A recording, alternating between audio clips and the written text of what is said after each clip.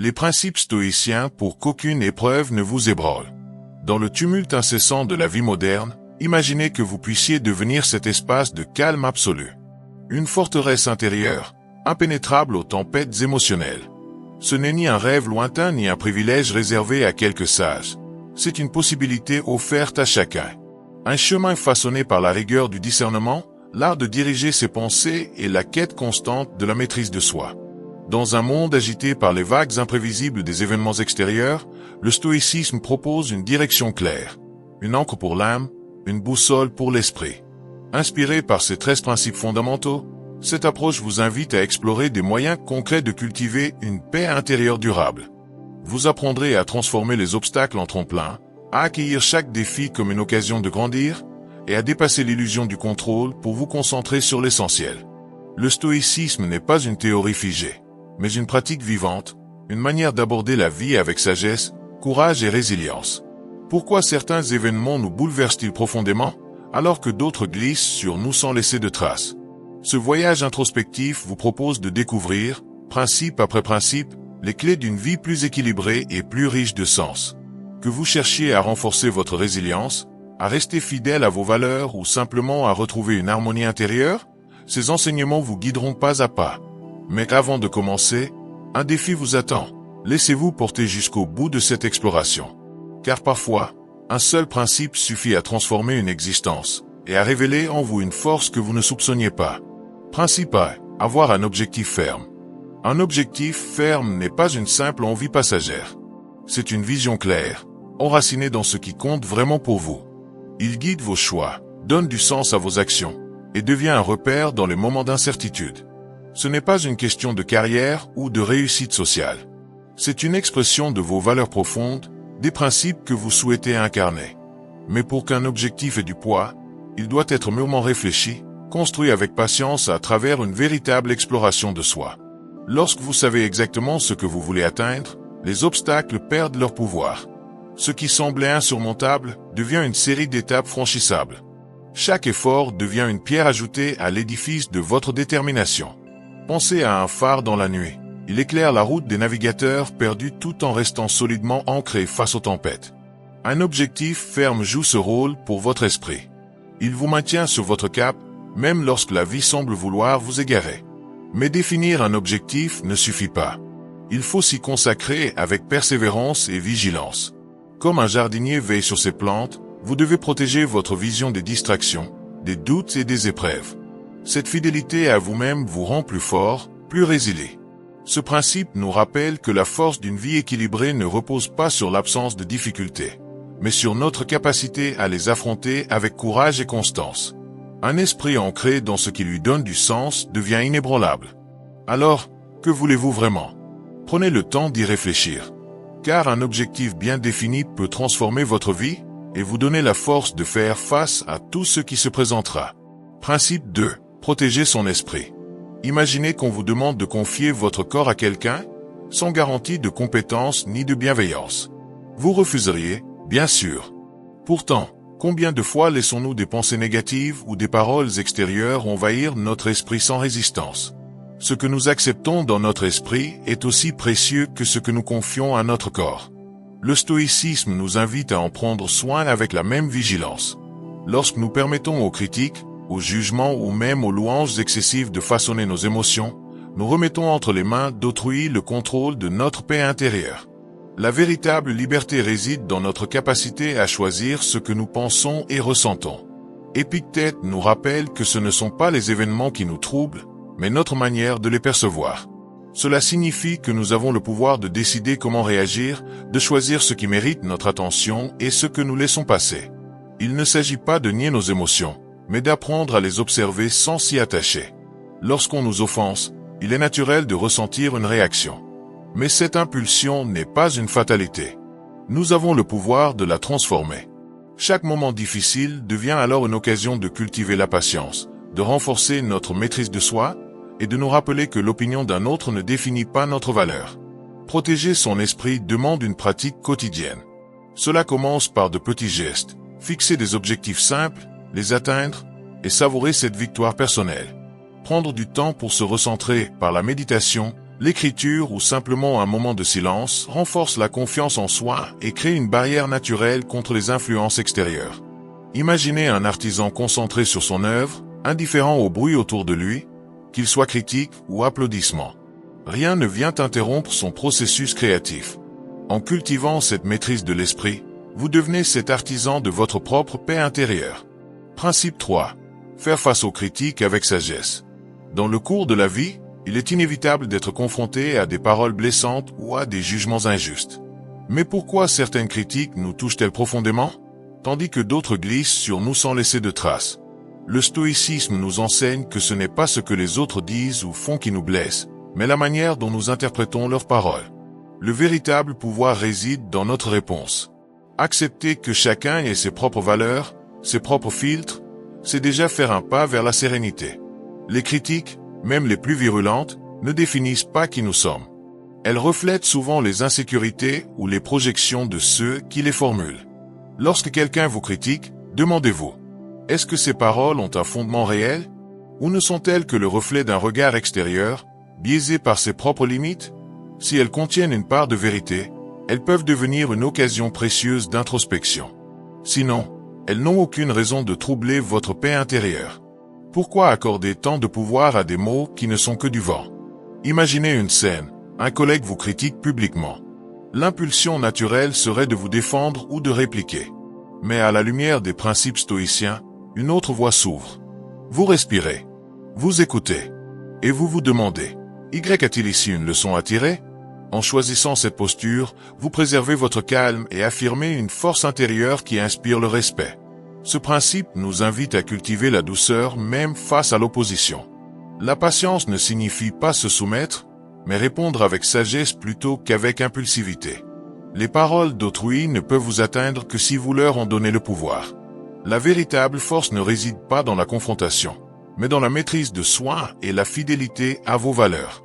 Rappelez-vous, les jugements des autres sont éphémères. Ce qui demeure, c'est la manière dont vous choisissez d'y répondre. Chaque critique peut devenir une chance de grandir, ou une preuve silencieuse que votre valeur ne dépend pas du regard des autres, mais de votre propre intégrité. Principe 4. Ne pas laisser les offenses gouverner notre esprit. Imaginez un lac paisible. Peu importe la force avec laquelle une pierre y est jetée, les vagues finissent toujours par s'apaiser. Votre esprit peut être ce lac si vous choisissez de ne pas laisser les offenses perturber durablement votre paix intérieure. Ce principe, cher à Épictète, nous rappelle que ce ne sont pas les actes ou les paroles des autres qui nous troublent, mais la place que nous leur accordons dans nos pensées. Les offenses, qu'elles soient volontaires ou non, sont inévitables. Mais les interpréter comme des attaques personnelles leur donne un poids qu'elles ne méritent pas. Imaginez qu'on critique votre travail ou vos choix. Est-ce vraiment une menace à votre valeur? Ou une opportunité de démontrer votre calme et votre capacité à analyser la situation avec recul? En choisissant de ne pas réagir impulsivement, vous reprenez la maîtrise de votre esprit. Ce principe va au-delà de la simple résistance à la provocation. Il s'agit d'une transformation intérieure. Changez votre regard sur les offenses, c'est les voir pour ce qu'elles sont, des phénomènes passagers, extérieurs, sans pouvoir réel sur vous. Quand une personne agit mal, cela reflète son état, ses pensées, son monde, pas nécessairement le vôtre. Pour appliquer ce principe, posez-vous cette question essentielle. Cette offense a-t-elle vraiment le pouvoir de changer qui je suis ou ce que je veux? La réponse est toujours non, sauf si vous lui donnez cet accès. Rester maître de vos émotions ne signifie pas être insensible, mais avoir la sagesse de choisir ou diriger votre énergie. Apprenez à répondre avec réflexion, non avec impulsivité. Quand une offense surgit, respirez. Prenez un instant pour en évaluer la véritable importance. Ce petit espace entre l'action et la réaction peut suffire à préserver votre tranquillité. Ne portez pas les paroles ou les actes des autres comme un fardeau. Ce sont des poids qui ne vous appartiennent pas. En les laissant derrière vous, vous avancez plus léger, plus libre et plus fort. Principe 5. Surmonter la peur et la honte. La peur et la honte sont comme des ombres qui s'étendent sur notre esprit. Elles nous freinent, nous empêchent parfois d'agir ou d'être pleinement nous-mêmes. Bien qu'elles soient naturelles, elles peuvent devenir des prisons si nous leur laissons le pouvoir de diriger nos vies.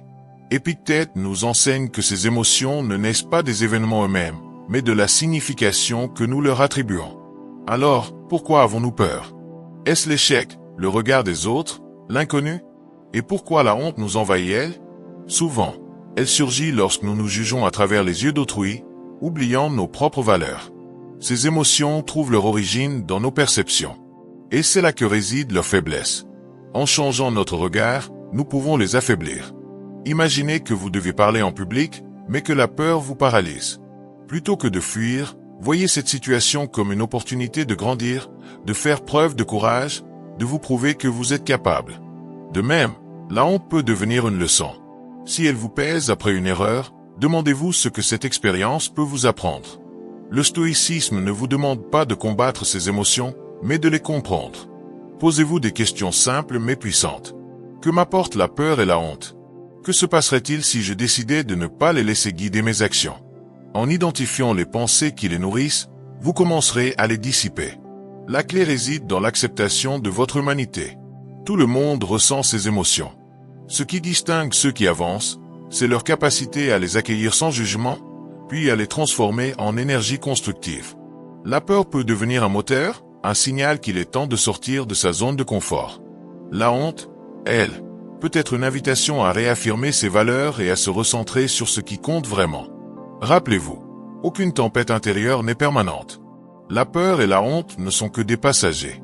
Ce qui vous définit, ce sont vos choix, vos actions, et votre capacité à avancer malgré elles. Le stoïcisme ne vous demande pas d'être insensible, mais de devenir fort, non pas en évitant les tempêtes, mais en apprenant à naviguer à travers elles avec courage et dignité. Principe 6. Anticiper les obstacles. Les imprévus font partie de la vie. Mais que se passerait-il si, au lieu de les redouter, nous apprenions à les anticiper? Le stoïcisme nous enseigne que prévoir les difficultés n'est pas du pessimisme, mais un acte de sagesse. C'est une préparation mentale qui transforme les obstacles en défis gérables. Imaginez un navigateur qui prépare son voyage. Il étudie la météo, vérifie ses outils, trace des routes alternatives. Il n'espère pas le pire, mais il sait que la préparation lui permettra de poursuivre sa route, quoi qu'il arrive. Dans nos vies, cette attitude peut tout changer. Anticiper les obstacles commence par une réflexion lucide. Quels défis pourriez-vous rencontrer dans votre travail, vos relations, vos projets? En les identifiant à l'avance, vous vous donnez la possibilité de construire des solutions avant même qu'elles ne soient nécessaires. Ce processus ne supprime pas les difficultés, mais il réduit leur impact émotionnel. Il vous donne un sentiment de contrôle. Par exemple, si vous préparez un projet important, vous pouvez envisager les retards, les problèmes techniques, les absences. En planifiant des alternatives, vous êtes prêt. Et quand l'imprévu survient, vous agissez avec calme et efficacité. Anticiper ne signifie pas s'obséder sur des scénarios négatifs. Au contraire, cela libère l'esprit des angoisses inutiles. En ayant envisagé les défis et leurs solutions, vous avancez avec confiance. Cette préparation mentale devient une source de force intérieure. Elle vous rappelle que les obstacles ne sont pas des murs infranchissables, mais des étapes sur votre chemin. Et souvent, ils sont des opportunités déguisées. En les anticipant, vous ne vous contentez pas de les surmonter, vous les transformez en tremplin. Préparez-vous, non pas par peur, mais avec une confiance sereine. Car celui qui est prêt ne subit pas les événements. Il les traverse et en ressort grandi. Principe 7. Nul ne peut vous blesser sans votre consentement. Imaginez marcher face à un vent fort. Il souffle, il est froid, il vous pousse. Mais il ne peut vous renverser que si vous cessez d'avancer ou si vous lui donnez ce pouvoir. De la même manière, dans la vie, les paroles ou les gestes des autres n'ont de pouvoir sur vous que celui que vous leur accordez. Épictète nous rappelle que la véritable force ne réside pas dans le contrôle des autres, mais dans le contrôle de soi. Ce principe est un rappel essentiel. Ce qui vous touche ne dépend pas d'eux, mais de vous. Il arrive que nous soyons blessés par une remarque, une critique, une indifférence. Pourtant, ce n'est pas le mot ou le geste qui provoque la douleur, mais notre interprétation. Nous le prenons à cœur, nous le ruminons, nous lui donnons une importance qu'il n'a pas forcément. Si nous cessons de nourrir ces pensées, leur impact disparaît. Cela ne signifie pas ignorer ce que les autres font ou disent, mais choisir de ne pas leur permettre d'envahir notre paix intérieure. Ce principe nous invite à reprendre notre pouvoir, à ne plus être les otages des émotions déclenchées par autrui, à reconnaître que notre valeur ne dépend pas du regard des autres, mais de notre propre intégrité. Imaginez que quelqu'un critique votre apparence ou vos choix de vie. Vous avez alors deux options. Absorber cette critique et en faire un fardeau, ou reconnaître qu'elle reflète l'opinion de l'autre, pas votre valeur. La première vous enferme, la seconde vous libère. Ce principe nous invite à une prise de conscience essentielle. Vous êtes le gardien de votre esprit. Personne ne peut y entrer, ni semer le trouble, à moins que vous ne lui ouvriez la porte. Cette maîtrise demande de la pratique, mais elle est à la portée de tous. Commencez par observer vos réactions face aux mots ou aux gestes qui vous affectent. Demandez-vous, est-ce que cette situation mérite vraiment autant d'énergie? Suis-je en train de laisser une autre personne diriger mes émotions? La clé est de ramener votre attention sur ce qui est en votre pouvoir, votre réaction, vos pensées, votre attitude. En vous concentrant sur ce que vous contrôlez, vous devenez moins vulnérable aux influences extérieures. C'est comme construire un mur intérieur de calme et de résilience, une protection que rien ni personne ne peut franchir. Ce principe n'est pas un appel à l'indifférence, mais à la liberté. La liberté de ne pas laisser les autres décider de ce que vous ressentez, de ce que vous pensez de vous-même, ou de la manière dont vous menez votre vie. Lorsque vous prenez conscience de cette vérité, vous réalisez que vous avez toujours eu le pouvoir de choisir. Et ce pouvoir, personne ne peut vous l'enlever. Alors, la prochaine fois que quelqu'un tente de vous blesser, souvenez-vous, ce n'est pas leur parole qui compte, mais votre réaction. Gardez ce pouvoir précieusement, car il est la clé d'une vie plus sereine et plus forte. Principe 8. Maîtriser ses actions. Nos actions sont les pierres que nous posons sur le chemin de notre vie. Elles construisent notre caractère, façonnent nos relations, et définissent la manière dont nous affrontons le monde. Mais combien de ces gestes sont vraiment réfléchis? Combien sont guidés par une intention claire, et non par l'impulsion ou l'émotion du moment? Épictète nous rappelle que la véritable maîtrise de soi réside dans la retenue et la réflexion. Agir sans réfléchir peut sembler naturel, surtout quand nous sommes en colère, blessés ou pressés. Mais ces réactions impulsives nous mènent souvent à des regrets. Imaginez une conversation tendue. Quelqu'un vous provoque. Vous sentez l'agacement monter. Mais au lieu de réagir immédiatement, vous prenez une pause. Un souffle. Ce simple espace entre l'émotion et l'action vous rend votre pouvoir. Maîtriser ces actions ne signifie pas supprimer ces émotions. Les émotions sont des signaux précieux. Mais elles ne doivent pas diriger vos gestes ou vos paroles. Vous pouvez ressentir la colère sans agir sous son influence, la tristesse sans vous laisser submerger, ou l'impatience sans qu'elle prenne le dessus. Pour développer cette maîtrise, commencez par des exercices simples. Par exemple, la prochaine fois que vous ressentez une émotion forte, comptez jusqu'à 5 avant de réagir. Ensuite, posez-vous 2 questions. Est-ce que cette action reflète mes valeurs? Va-t-elle vraiment améliorer la situation? En maîtrisant vos actions, vous évitez des erreurs coûteuses et gagnez en respect, celui des autres, mais surtout le vôtre. Une personne qui agit avec calme et réflexion inspire confiance. Elle montre qu'elle ne se laisse pas diriger par les circonstances, mais qu'elle reste fidèle à ses principes. Ce principe n'est pas une contrainte, mais une libération. En choisissant délibérément vos gestes, vous cessez d'être le jouet des émotions passagères. Vous devenez l'architecte de votre propre vie, construisant une existence alignée avec vos valeurs et vos aspirations. Alors, avant d'agir, souvenez-vous, chaque geste compte. Prenez le temps de réfléchir, non pour hésiter, mais pour vous assurer que vos actions reflètent le meilleur de vous-même. Car en maîtrisant vos actes, vous maîtrisez votre vie. Principe 9. Le pouvoir de l'acceptation. Il y a des moments où, malgré tous nos efforts, les choses ne se passent pas comme prévu. Un retard, une perte, un événement inattendu. L'instinct premier est souvent de lutter contre la réalité, de penser que cela ne devrait pas arriver. Mais cette résistance ne fait qu'ajouter de la frustration à ce qui est déjà là. Le stoïcisme nous propose une autre voie, celle de l'acceptation. Non pas comme une résignation, mais comme une force. Accepter ne signifie pas abandonner ou se soumettre. Cela veut dire reconnaître ce qui est hors de votre contrôle, pour mieux concentrer votre énergie sur ce que vous pouvez influencer. Imaginez que vous êtes pris dans un embouteillage. Vous êtes en retard. Vous pourriez vous agacer, klaxonner, vous lamenter. Mais cela ne changera rien. L'embouteillage est là. En revanche, si vous acceptez cette réalité, vous pouvez utiliser ce moment pour écouter quelque chose d'inspirant, réfléchir ou simplement respirer. Votre paix intérieure reste intacte. Le pouvoir de l'acceptation repose sur une idée simple, la réalité est neutre. Ce sont nos pensées qui lui donnent un sens, souvent teinté d'émotions. En changeant notre perception, nous transformons l'expérience. Face à un défi, au lieu de penser pourquoi cela m'arrive-t-il, demandez-vous que puis-je faire à partir de maintenant? Ce changement de perspective est libérateur. Accepter ne veut pas dire aimer tout ce qui arrive, mais comprendre que lutter contre l'inévitable est une perte d'énergie. En accueillant la situation telle qu'elle est, vous libérez de l'espace mental pour trouver des solutions, ou simplement pour avancer. Prenons un autre exemple, un projet échoue. Vous pourriez ressasser ce qui aurait pu être fait autrement, ou chercher des responsables. Mais accepter cet échec, c'est reconnaître qu'il est déjà arrivé et qu'il est désormais une occasion d'approche. C'est en acceptant que vous pourrez avancer, tirer des leçons, et transformer l'expérience en force. Principe 10. Vivre selon la nature. Que signifie vivre selon la nature? Est-ce simplement se rapprocher des éléments, de la simplicité ou du monde extérieur? Pour le stoïcisme, cette idée va bien au-delà. Vivre selon la nature, c'est reconnaître que nous faisons partie d'un tout plus vaste, une harmonie universelle où chaque chose a sa place et son rôle. Cela implique d'accepter la réalité telle qu'elle est, d'agir en accord avec nos valeurs profondes et de respecter notre véritable essence.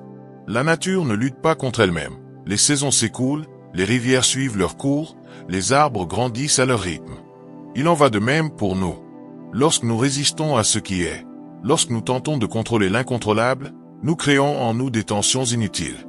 Le stoïcisme nous enseigne que la paix intérieure naît d'une vie alignée avec l'ordre naturel des choses. Imaginez un arbre qui perd ses feuilles à l'automne. Il ne se révolte pas contre ce changement, il l'accueille comme une étape nécessaire de son cycle. De la même manière, accepter les hauts et les bas de notre existence, c'est embrasser le flux naturel de la vie. Vivre selon la nature, c'est aussi respecter sa propre nature intérieure. Chacun de nous possède des forces, des limites, des désirs et des valeurs uniques. Lorsque nous vivons en accord avec ces éléments, nous trouvons un équilibre durable. Si vous êtes profondément créatif, mais que vous vous enfermez dans des tâches qui étouffent votre imagination, vous ressentirez un désalignement. Écoutez votre nature, c'est orienter vos choix vers ce qui nourrit votre essence. La nature est aussi un maître silencieux. Elle nous enseigne la patience à travers les saisons, l'humilité face à son immensité, et la résilience par sa capacité à se renouveler. En l'observant, nous apprenons à traverser nos propres défis avec sagesse et force tranquille. Enfin, vivre selon la nature, c'est reconnaître que nos actions ont des répercussions. Elles ne sont jamais isolées. Cultiver la vertu, la justice et le respect des autres, c'est contribuer à l'harmonie du monde. En alignant nos gestes sur cet équilibre, nous trouvons une paix durable, une vie en accord non seulement avec nous-mêmes, mais avec tout ce qui nous entoure. Principose, la résilience face à l'adversité. La vie est faite de hauts et de bas, souvent imprévisibles. Mais ce n'est pas la difficulté en elle-même qui nous définit, c'est la manière dont nous y faisons face. La résilience n'est pas un don réservé à quelques-uns, c'est une capacité que chacun peut cultiver. Épictète nous rappelle que les épreuves ne sont pas des obstacles, mais des révélateurs de notre force intérieure. Imaginez une flamme vacillante sous un vent fort. Si vous la protégez avec soin, elle ne s'éteint pas. Elle devient plus vive, plus intense. Votre résilience est cette flamme. Chaque difficulté surmontée ajoute de l'huile à votre feu intérieur, vous rendant plus solide, plus confiant. Mais comment développer cette résilience? Tout commence par un changement de perspective. Lorsque l'adversité frappe, posez-vous cette question. Que puis-je apprendre de cette situation? Ce regard transforme le problème en défi et le défi en opportunité de croissance. Par exemple, perdre un emploi peut sembler une catastrophe. Mais cela peut aussi être l'occasion de redéfinir vos priorités, d'explorer de nouvelles voies. Ce n'est pas ce qui arrive qui compte, mais ce que vous en faites. La résilience se construit aussi dans les petites habitudes du quotidien. Fixez-vous des objectifs réalistes. Atteignez-les pas à pas. Chaque succès, même modeste, renforce votre confiance. Prenez le temps de réfléchir à vos échecs et aux leçons qu'ils vous ont apportées. En reconnaissant votre capacité à rebondir, vous vous préparez à affronter les défis futurs avec plus de sérénité. Un autre pilier de la résilience, ce sont vos valeurs. Lorsque vous êtes clair sur ce qui est essentiel, l'honnêteté, l'amour, la liberté, ces principes deviennent votre ancre dans la tempête. Ils vous rappellent pourquoi il vaut la peine de continuer, même lorsque le chemin semble difficile. Enfin, la résilience n'est pas un état figé, mais un processus. Il est naturel de se sentir découragé parfois. Ce qui compte, c'est de ne pas rester bloqué dans cet état. Prenez soin de vous. Entourez-vous de soutien. Et rappelez-vous, chaque défi surmonté, aussi petit soit-il, renforce votre capacité à affronter les suivants. Ce principe nous enseigne une vérité fondamentale. La résilience n'est pas l'absence de douleur ou d'échec, mais la capacité à se relever encore et encore. Chaque fois que vous choisissez de persévérer malgré les difficultés, vous devenez plus fort. Et cette force, personne ne peut vous l'enlever. Alors, quand la vie vous met à l'épreuve, souvenez-vous, vous êtes cette flamme. Vous vacillez peut-être, mais vous ne vous éteindrez pas. Avec patience, effort et foi en vos capacités, vous découvrirez que vous êtes bien plus fort que vous ne l'imaginiez. Principe 12. Pratiquez l'indépendance émotionnelle. Avez-vous déjà remarqué à quel point une simple parole, un regard froid ou un silence inattendu peut bouleverser votre humeur? Une critique, une absence de reconnaissance, un geste mal interprété, et soudain, votre paix intérieure vacille. Pourtant, le stoïcisme nous enseigne une vérité libératrice. Aucun événement extérieur ne devrait avoir le pouvoir de contrôler notre monde intérieur. L'indépendance émotionnelle, c'est apprendre à distinguer ce qui vient de l'extérieur de ce que nous choisissons de ressentir à l'intérieur. Imaginez, vous arrivez au travail, plein d'énergie, prêt à commencer la journée. Un collègue passe sans vous saluer. Immédiatement, le doute s'installe. Ai-je fait quelque chose de mal? Pourquoi m'ignore-t-il? Votre esprit s'emballe, construit des scénarios, et votre bonne humeur s'effondre. Pourtant, qu'est-ce qui a changé? Rien, sauf vos pensées. Ce principe vous invite à briser ce cercle, à comprendre que les actions des autres leur appartiennent. Elles ne reflètent ni votre valeur, ni votre comportement. Peut-être que ce collègue est simplement préoccupé. Vous n'avez pas à prendre cela personnellement. Mais comment pratiquer cette indépendance au quotidien? Cela commence par un retour à soi. Lorsque vous ressentez une émotion négative, arrêtez-vous un instant et demandez-vous: est-ce que je contrôle ce qui vient de se passer? Ou est-ce hors de mon pouvoir? Si c'est hors de votre contrôle, comme l'humeur ou les gestes d'autrui, alors pourquoi leur donner le pouvoir d'influencer la vôtre? Reprenez les rênes. Recentrez-vous sur vos pensées, vos réactions, vos choix. Cela ne signifie pas devenir insensible, mais choisir consciemment ce à quoi vous accordez de l'importance. Par exemple, si une critique vous touche, interrogez-la. Est-elle fondée? Si oui, tirez en une leçon. Sinon, pourquoi lui accorder du poids? L'indépendance émotionnelle, c'est aussi cultiver une base solide en vous-même. Prenez chaque jour un moment pour écrire, méditer ou simplement vous rappeler vos réussites. Lorsque vous ne laissez plus les comportements des autres dicter les vôtres, vous découvrez une liberté précieuse. Vous devenez comme un arbre profondément enraciné. Le vent peut souffler, mais vous restez stable, centré, en harmonie avec vous-même. Alors, la prochaine fois que quelqu'un tente de troubler votre tranquillité, rappelez-vous, vous avez le choix. Votre paix intérieure vous appartient. Et chaque fois que vous choisissez de la préserver, vous renforcez cette liberté, le cœur même de l'indépendance émotionnelle. Au cœur de toute transformation durable se trouve une vérité simple mais souvent négligée, la connaissance de soi. Le stoïcisme nous enseigne que pour vivre avec sagesse, il faut d'abord apprendre à se regarder avec honnêteté. Non pas pour se juger, mais pour se comprendre. Se connaître soi-même, c'est explorer ses pensées, ses émotions, ses réactions. C'est reconnaître ses forces, mais aussi ses failles, sans complaisance ni dureté. C'est accepter que nous ne sommes pas parfaits, mais que nous avons en nous les ressources pour évoluer. Imaginez un miroir qui ne reflète pas seulement votre apparence, mais votre monde intérieur. Que voyez-vous? Des habitudes qui vous élèvent ou vous freinent? Des croyances qui vous soutiennent ou vous limitent? Ce regard lucide est le point de départ de toute croissance. La connaissance de soi permet de faire des choix alignés avec ses valeurs. Elle évite de vivre selon les attentes des autres ou les automatismes du passé. Elle vous donne la clarté nécessaire pour dire oui à ce qui vous nourrit et non à ce qui vous éloigne de votre essence. Mais cette exploration ne se fait pas en un jour. Elle demande du temps, de la patience et surtout de la bienveillance envers soi-même. Prenez l'habitude de vous interroger. Qu'est-ce qui m'anime profondément? Qu'est-ce qui me met en déséquilibre?